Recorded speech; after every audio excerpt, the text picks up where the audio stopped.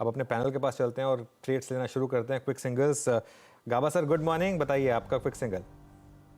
Welcome back. लेकिन मेरा data नहीं है, अब तक 5 मिनट हो गए, डेटा नहीं है, sorry, I have to wait for the data. Gaba sir आते हैं आपके पास। चंदन जुड़े हमारे साथ। चंदन गुड मॉर्निंग। चंदन आपकी ट्रेड।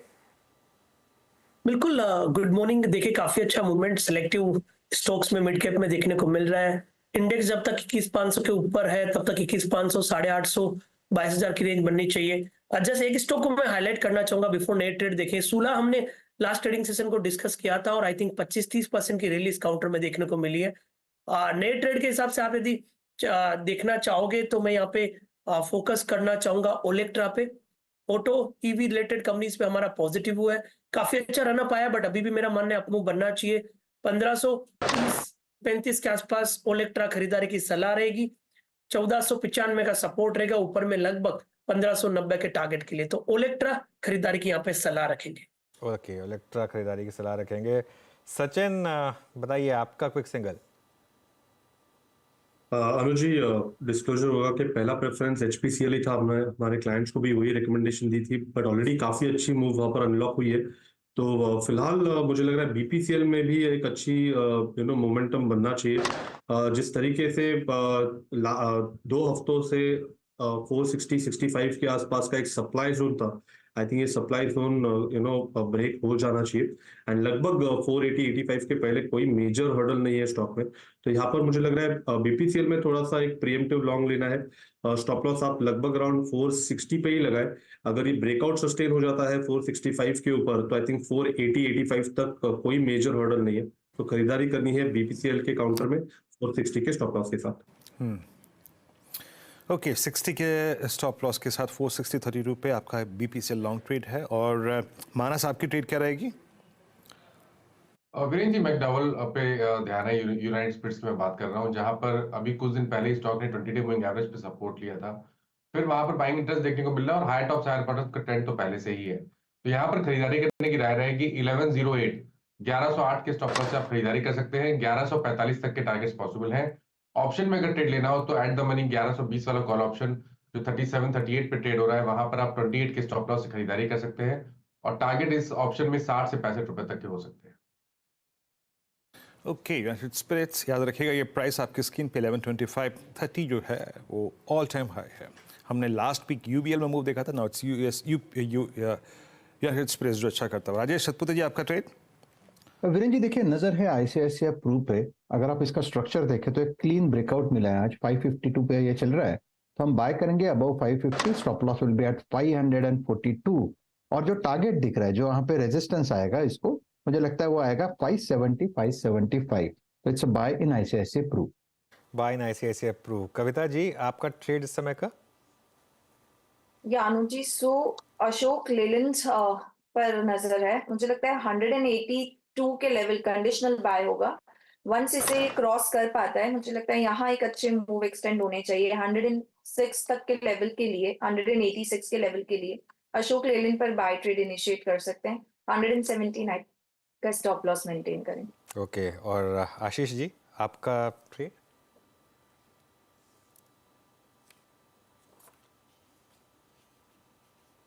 आशीष जी।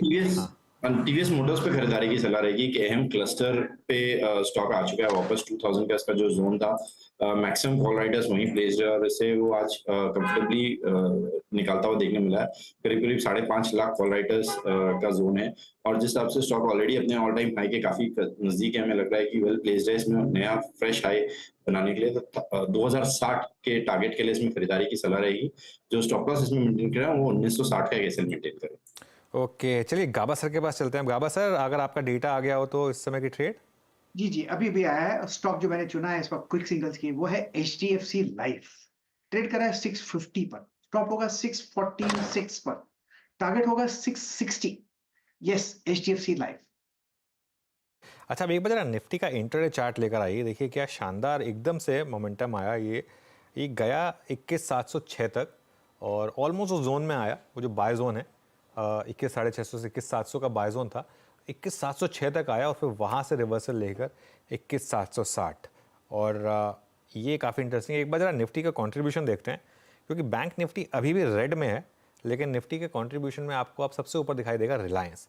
और एक बार आप जरा रिलायंस का इंट्राडे चार्ट लेकर आइए, क्योंकि इसी ने इस मार्केट को संभाला। जिस तरीके से निफ्टी लोअर लेवल से रिकवर हुआ, उसमें रिलायंस का एक बहुत बड़ा कंट्रीब्यूशन इस समय डे हाई पर। मयूरेश हैं क्या हमारे साथ अभी? ओके मानस, रिलायंस पर क्या व्यू होगा इस समय? देखिए, रिलायंस पे मेरा व्यू पहले भी पॉजिटिव था। मेरा समझना था कि इस बार ये जो 2650 और 2700 का हर्डल है, आई थिंक ये ब्रेक हो सकता है। और अगर आप देखेंगे तो ये जो आज का मूव है वो एक तरह का फ्लैग पैटर्न का ब्रेकआउट है 5-6 दिनों के कंसोलिडेशन के बाद। तो बिल्कुल खरीदारी करनी चाहिए। आई थिंक इस बार ये अगर 2650 2700 के ऊपर निकलेगा तो कम से कम आपको 2900 तक के टारगेट देखने को मिल सकते हैं। तो एक पोजीशन ट्रेड लेना बेहतर रहेगा रिलायंस में। करंट लेवल्स पे खरीदारी करिए। स्टॉप लॉसेस 2590 के आपको लगाने हैं। आपके टारगेट जो रहेंगे वो 2700 और उसके ऊपर 2825 तक के टारगेट्स पॉसिबल है। और अगर ऑप्शन में भी ट्रेड लेना चाहे तो आई थिंक ऑप्शन भी एक बढ़िया स्ट्रेटजी रहेगी, जहां आप 2640 का कॉल ऑप्शन रिलायंस इंडस्ट्रीज का ले सकते हैं।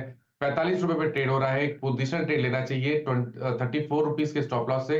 इस ऑप्शन में आप खरीदारी करिए। आई थिंक 65 से लेकर 75 तक के टारगेट्स इस ऑप्शन में भी पॉसिबल है। ओके, रिलायंस की 2640 की कॉल स्टॉक अपने एक क्रिटिकल रेजिस्टेंस के ऊपर शुक्रवार को क्लोज हुआ था, आज डिलीवर करता हुआ। याद रखेगा ये बाय कॉल मानस की तरफ से आई है। इस चैनल का स्वामित्व प्रबंधन रिलायंस इंडस्ट्रीज होल्ड करते हैं। इंडेक्स के हैवी वेट के लिहाज से अनुज ने उसका उल्लेख किया था, और जो कॉल है वो मानस की है। लेकिन कोई भी ट्रेड लेने से पहले प्लीज़ अपने वित्तीय सलाहकार की राय जरूर लें। सचिन जी के पास एक ट्रेड है। सचिन, क्या पिक कर रहे हैं आप? वीरेंद्र जी, आई थिंक ये पॉकेट अभी तक नजर नहीं आया है, बट कैनफिन होम्स में थोड़ा सा शॉर्ट कवरिंग का डेटा नजर आ रहा है। 800 का जो हर्डल है, मुझे लग रहा है वो हर्डल पार होने के बाद 825 तक की एक रैली बन सकती है। तो यहाँ पर फ्रेश लॉन्ग पोजीशंस डिप्लॉय करने की सलाह होगी। आप स्टॉप लॉस लगभग अराउंड 786 के आसपास लगाए।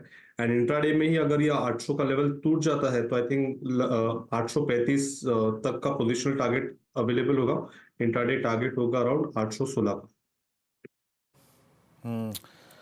अब एक चीज़ लेके आइए आप, that's Nifty PSU bank index. और एक बार रखिएगा स्क्रीन पे कैनरा बैंक डे हाई पर आके ट्रेड करता है। Same is the case with SBI. Anuj, हमने एक चीज़ देखी है कि जब बैंक निफ्टी थोड़ा डाउटफुल रहा है पिछले कुछ सेशंस में या फिर महीने डेढ़ महीने में, पीएसयू बैंक्स ने आके डिलीवर करके वो आई थिंक दुविधा, वो पशुपेश खत्म कर दिया, मिटा दिया है। लेकिन अभी जो 2 अपडेट्स आए बीओबी के, यूनियन बैंक के, ये क्या सेंस दे रहे हैं? लाइकली टू बी ये क्वार्टर कैसा रहेगा और बाजार उस पर कैसा रिएक्शन देगा? अप्रॉक्स एक सेंस क्या कहती है? नहीं, बिल्कुल। देखिए, बैंक ऑफ बड़ौदा का अपडेट थोड़ा ख़राब था, इसमें कोई डाउट नहीं है। और bank of Baroda second largest PSU bank है, तो उसको हमको थोड़ा सा तवज्जो देनी होगी। लेकिन ये एक एक्सेप्शन भी हो सकता है वीरू, हो सकता है कि एक एक्सेप्शन रहा हो, कोई कारण रहे हो स्पेसिफिक। मेरे ख्याल से 1-2 नंबर्स और देख लेते हैं। अगर एसबीआई का अपडेट आता है तो जैसे उससे मेरे ख्याल से थोड़ा सा और ज़्यादा क्लैरिफिकेशन मिल जाएगा। लेकिन देखिए, आप स्टॉक कोई बहुत ज़्यादा नेगेटिवली रिएक्ट नहीं कर रहा है। ऐसा नहीं है कि इवन बैंक ऑफ बड़ौदा भी कोई बहुत ज़्यादा गिर गया हो, ऐसा नहीं है। मतलब ठीक है, लेकिन ये बात आपकी सही है कि पीएसयू बैंक्स का मोमेंटम स्ट्रांग है। लेकिन इस कॉन्टेक्स्ट में रखिए आप इस चीज़ को कि मार्केट जो है ना, वो इस समय एक कोई बहुत ज़्यादा आपको लंबी चौड़ी रिवॉर्ड के मूड में नहीं है। अगर आप देखें, निफ्टी भी हायर लेवल पर स्ट्रगल कर ही रहा है, तो इसके लिए कोई बहुत ज़्यादा सेक्टर स्पेसिफिक कॉल लेने की ज़रूरत नहीं है। कंपनी स्पेसिफिक कॉल लीजिए अगले कुछ दिनों के लिए, अर्निंग सीजन तक। और सेक्टर स्पेसिफिक कॉल या मार्केट स्पेसिफिक कॉल मेरे ख्याल से बजट के बाद लेंगे। जी, और मैं इस बात को समझने के लिए, पूछने के लिए इसलिए आया क्योंकि मैं एक बार एसबीआई को देख रहा था। मेरे स्क्रीन पे कैनरा बैंक के टिक बाय टिक चार्ट डे हाई पर थे।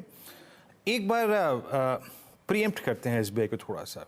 दरअसल प्रीएम्प्ट करना मैं इसलिए कह रहा हूँ, जरा प्लीज़ डायरेक्टर साहब कैंडलस्टिक चार्ट रखिएगा 3 महीने का या फिर और कम का। प्राइस इसमें अगर आप रीड करें 15 दिसंबर से लेके अब तक, मतलब जो चैनल करीब करीब आप समझ लीजिए 620-640 रुपए की चैनल अब स्क्यूज होके, छोटी होके मात्र रह गई है 10 रुपए की। यानी प्राइस जो है वो एक ब्रेकआउट या ब्रेकडाउन के बेहद नज़दीक खड़ा है। मानस, आपका सेंस क्या कहता है? कैसे अप्रोच करेंगे आप रेस्ट ऑफ द डेज के लिए, इस सीरीज के जनवरी के लिए एसबीआई को?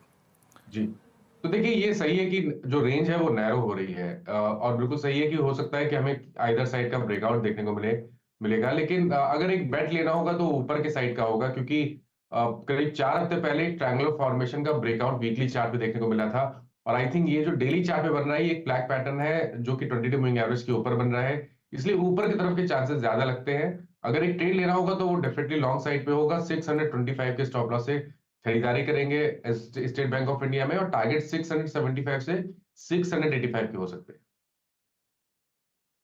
Okay, state bank of India 642.20 की ट्रेजेक्ट्री में आके ट्रेड करता हुआ, और इंडेक्स अभी भी उसी रेंज में है, 700 के ऊपर है, मैंने 21,700 के ऊपर 50 पॉइंट की एक वॉलेटिलिटी दिखाता हुआ।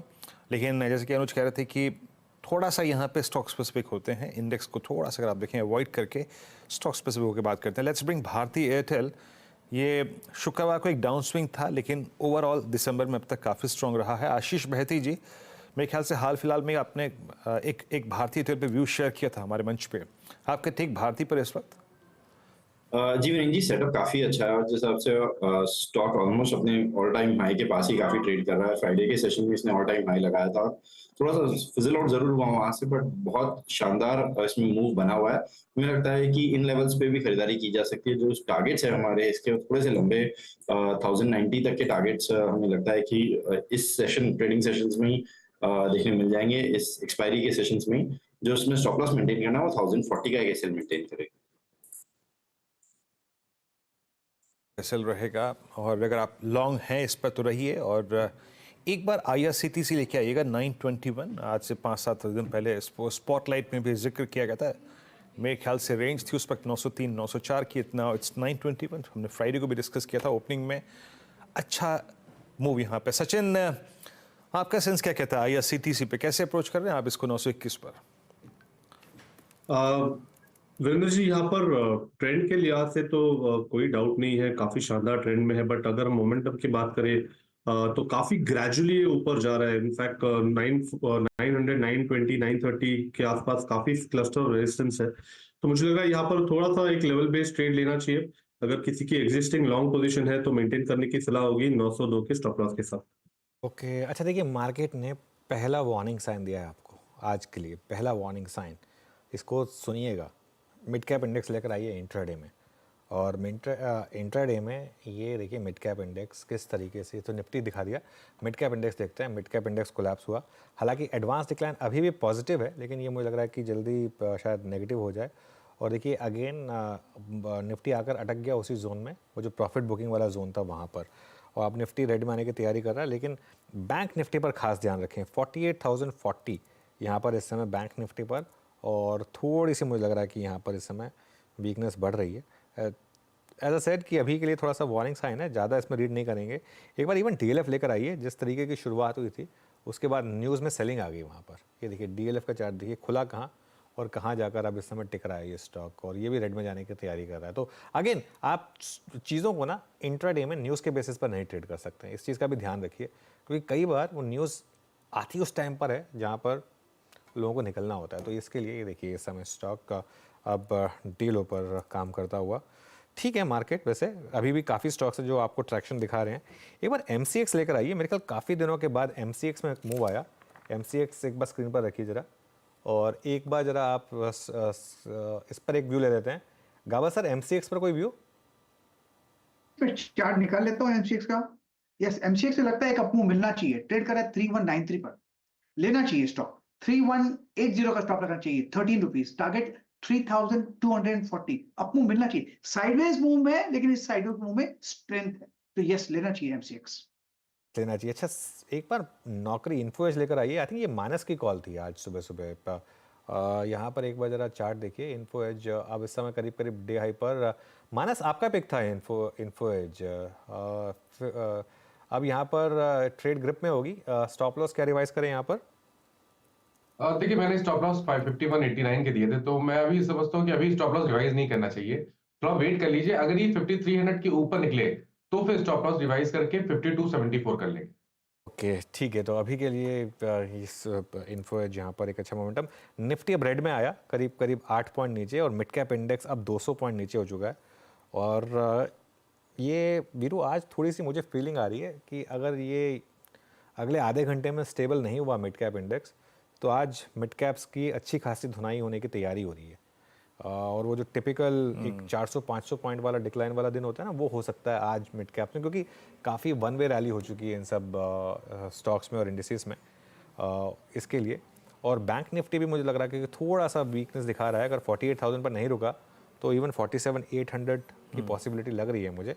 तो थोड़ा सा मार्केट ने आज आपको कॉशन के साइन दिए हैं, इनको इग्नोर मत करिए। जी हाँ, स्पेशली मिड कैप्स की प्राइस परफॉर्मेंस थोड़ा सा अगर आप देखें तो यहाँ पर ख़राब होती भी। अच्छा, कुछ वीकनेस वाले स्टॉक्स को देख लेते हैं जहाँ पे वीकनेस परसिस्ट कर रही है, जो बहुत अच्छी अगर आप देखें टेलविंड होने के बावजूद डिलीवर नहीं कर पाए। लेके आइएगा नवीन फ्लोरिन को। हमने केमिकल बास्केट में एक बहुत स्ट्रॉन्ग मूव देखा, स्टॉक्स ने डिलीवर किया, लेकिन नवीन फ्लोरिन जो कि बेस से निकल रहा था लेकिन फाइनली इजेक्ट नहीं कर पाया उस पर, और 39.24 से घूमा। और आप यकीन मानिए इसका वो 100 डे नहीं कटा तो नहीं कटा। राजेश सतपुते जी, नवीन फ्लोरिन पे आपका टेक। आज सारे एवरेजेस तोड़ के डे लो पर 1.25% नीचे। वीरेंद्र जी, मेरी नजर नवीन पे थी और यूपीएल, मुझे लगता है केमिकल में वीकनेस कंटिन्यू है और नवीन में फ्रेश वीकनेस है। तो देखिए आज जिस तरह से ब्रेकडाउन है, मेरे हिसाब से नवीन का जो टारगेट बनता है वो है 3,620 का। तो इसे आप ट्रेड कर सकते हैं, लेकिन स्टॉप लॉस होगा 3,830 का। रही बात ऑप्शंस की, तो देखिए मुझे लगता है वीरेंद्र जी यहाँ पे आप 3,700 का पुट ऑप्शन देखिए, 80 रुपए के आसपास ये मिल रहा है, इसे बाय करें। स्टॉप लॉस होगा हमारा 65 का, और जो टारगेट होना चाहिए वो रहेगा 120 से लेके 140 का। So Navin Fluorine, yes definitely it's a weak counter. Fluorine weak counter. और वीकनेस कहाँ कहाँ पर है, जरा मेरी को लेके आइएगा। 526। अब गौरतलब ये है कि मैरिको उन स्टॉक्स में से शामिल था जो कि एफएमसीजी में सबसे बड़े अंडर परफॉर्मर रहे हैं। गोदरेज सीपी को देखिए, आप नेस्ले को देखिए, आप कोलगेट को देखिए, आप आईटीसी को देखिए, आप आईटीसी चला था हाल फिलहाल में, आप टाटा कंज्यूमर को देखिए, क्या गजब चले। बट वीकनेस सबसे पहले ये स्टॉक्स ग्रैब करते हुए। सचिन, मैरिको पर आपका टेक। फाइनली इट्स 526 अगेन, ये टेस्ट कर रहा है उस ट्रेजेक्ट्री को जो कि अप्रैल 2023 से लेकर अब तक की एक बेस लाइन है। आपका टेक मैरिको पर सचिन। यहाँ पर आई थिंक 540 के आसपास एक अच्छा क्लस्टर ऑफ सपोर्ट था। वो क्लस्टर ऑफ सपोर्ट इसने गैप के साथ तोड़ा है, प्लस अपने 200 डे एक्सपोनेंशियल मूविंग एवरेज को भी तोड़ दिया है, जो लगभग अराउंड 537 के आसपास बेस थी। तो मुझे लग रहा है थोड़ा सा यहाँ पे कॉशियस रहना जरूरी है। जो नेक्स्ट मेजर सपोर्ट है 520 का, आई थिंक वहां पर कोई बड़ा एविडेंस नहीं है data wise, but immediate basis पे अगर ये दो लेवल्स का जो कंजंक्शन था 540 के आसपास का, वो अगर टूटा है तो मुझे लग रहा है थोड़ा सा सेलिंग प्रेशर होना चाहिए काउंटर में। एंड जब तक एक वापस कॉन्फिडेंट क्लोजिंग एस्टैब्लिश नहीं होती 540 545 के ऊपर, आई थिंक तब तक रिवाइवल इन ट्रेंड थोड़ी सी मुश्किल लग रही है। तो फिलहाल अगर पुल बैक्स मिलते हैं तो वहां पर बिकवाली करने की सलाह होगी। एंड मुझे लग रहा है थोड़ा सा यहाँ पर मोमेंटम लूज आउट होगा, पुल बैक मिल सकता है, बट वो पुल बैक पे शॉर्ट पोजीशंस बनाने की सलाह होगी। पुल बैक पर शॉर्ट पोजीशन बनाने की सलाह होगी। चलिए अब एक काम करते हैं, आपको बताते हैं 4 का चौका का सीक्वेंस। सस्ता ऑप्शन सचिन से लेंगे आज हम। कविता जैन एफएनओ सुपरस्टार के लिए हमारे साथ हैं। चंदन से आज लेंगे हम चार्ट का चमत्कार, और मिड कैप फंडा के लिए हिमांग जानी हमारे साथ होंगे। इनफैक्ट हिमांग को जोड़ लेते हैं। हिमांग जी, गुड मॉर्निंग। सबसे पहले तो आपको नए साल की शुभकामनाएं। आई थिंक इस साल हमारी बात पहली बार हो रही है। पहले आपसे मैं व्यू लेना चाहूँगा इस समय पीएसयू बैंकों पर। बैंक ऑफ बड़ौदा के वीक क्वार्टरली अपडेट्स के बाद क्या व्यू बन रहा है यहाँ पर? Good morning Anuj. I think जो बैंकिंग सेक्टर है वहां पे एक थोड़ी सी रिलेटिव अंडर परफॉर्मेंस है, और हालांकि क्वार्टरली जो अपडेट्स है वो तो काफी अच्छे रहेंगे। लगभग ओवरऑल बैंकिंग सेक्टर के ऊपर 22% की ग्रोथ देख रहे हैं, पर जो रिसेंट बिजनेस अपडेट्स आ रहे हैं वहां पे हम देख रहे हैं कि जो डिपॉजिट एडवांसेस की जो ग्रोथ है वो इतनी एनकरेजिंग नहीं है।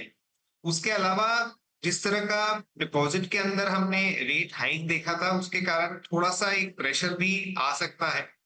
तो मुझे लगता है कि शॉर्ट टर्म में क्वार्टरली नतीजों को आ देना चाहिए। आने के बाद डिपेंडिंग अपॉन किस तरह की ग्रोथ और आउटलुक मैनेजमेंट से मिलती है, उसके बाद ही कोई बड़ा व्यू लेना चाहिए। ओवरऑल व्यू पॉजिटिव है, तो अगर छोटा मोटा करेक्शन आता है तो definitely bank of Baroda, bank of India, Canara bank, ये सब में व्यू अच्छा है। बट टाइमिंग मुझे लगता है कि थोड़ा सा कॉशियस व्यू लेके चलना चाहिए। एक कॉशियस व्यू लेके चलना चाहिए। आईटी पर क्या व्यू होगा आपका हिमांग जी? आईटी में हमने एक अच्छी सी रिवाइवल देखी है और यूएस में भी अगर आप देखें तो बाउंस बैक हमने देखा है टेक्नोलॉजी के अंदर। पर मुझे लगता है कि ये क्वार्टरली जो नतीजे हैं वो इतने अच्छे नहीं होंगे, फ्लैटिश टू नेगेटिव ग्रोथ होगी जो लार्ज कैप कंपनीज की है, टीसीएस, इन्फोसिस, एचसीएल टेक। और आउटलुक में भी मुझे लगता है कि खाली डील विंस के अंदर एक पॉजिटिव गाइडेंस मिलता है, बाकी इतना क्लैरिटी नहीं है। उसमें भी मुझे लगता है कि रिजल्ट्स के बाद ही कोई बड़ा व्यू लेना चाहिए। ओके, निफ्टी आई थी आपकी स्क्रीन पे 150 पॉइंट नीचे आता हुआ। बैंक निफ्टी अब 48,000 की ट्रेजेक्ट्री के नीचे ट्रेड करता हुआ। बैंक निफ्टी के साथ निफ्टी करीब 37 अंक नीचे डेलो की ट्रेजेक्ट्री पे। और एक बात है, शुक्रवार को का जो डेटा अगर आप देखें कि कन्विक्शन था कॉल राइटर के पास, वो 21,700 में बहुत तहजीब से बेच के गया था। और आप देखिए उसका कन्विक्शन कितना काम आया, मार्केट खुलते ही सिंक हुआ। इट्स 21,666। और प्रेशर पॉइंट्स क्या क्या हैं और जिन जिन काउंटर्स पे प्रेशर आ रहा है, अभी मैंने केमिकल का जिक्र किया था, केमिकल पूरा का पूरा यूपीएल, नवीन फ्लोरिन, एसआरएफ स्लाइड करते हुए। तो जो लास्ट वीक स्विंग जनरेट करके गए थे सेक्टर्स, वो आज प्रॉफिट सरेंडर करते हुए। बैंक ऑफ बड़ौदा डेलो की ट्रेजेक्ट्री मार्केट ट्रेड करता हुआ। बंधन बैंक डेलो पर, आरबीएल डेलो पर, और साथ ही साथ फार्मा में जो स्टॉक बड़ा अच्छा मूव देखे गया था, ग्रैनुअल्स, आज यहाँ पे प्रॉफिट टेकिंग है। ग्रैनुअल्स मानस, आपको सेंस क्या मिल रहा है यहाँ पर? ये अब एक बड़ा इंपॉर्टेंट बेस था, दैट वाज 408 10 EMA की ट्रेजेक्ट्री थी, और ये वो 29 दिसंबर को जो ब्रेकआउट आया था वो पॉइंट था 408। अभी आपका व्यू ग्रैनुअल्स पे? देखिए, जो रेजिस्टेंस था उसको ब्रीच किया है, तो जो सपोर्ट बन गया था उसको उसके नीचे गया है। तो मैंने समझा कि शायद करेक्शन थोड़ा सा डीप और होगा। एटलीस्ट 20 डे मूविंग एवरेज जो कि 401 रुपए है वो टेस्ट हो सकता है। इस गिरावट पे खरीदारी नहीं करेंगे, वेट करेंगे कंफर्मेशन का। अगर ये 20 डे मूविंग एवरेज पे 400 रुपए के आसपास सपोर्ट ले और फिर रिवर्सल देखने को मिले और फिर 408 के ऊपर निकले, तभी खरीदारी करनी है। इस गिरावट पे खरीदारी ना करें, और अगर आपके पास लॉन्ग पोजीशन है तो 400 रुपए के नीचे स्टॉप लॉस जरूर लगाइए। चलिए अब एक काम करते हैं, चार का चौका की शुरुआत करते हैं फिर।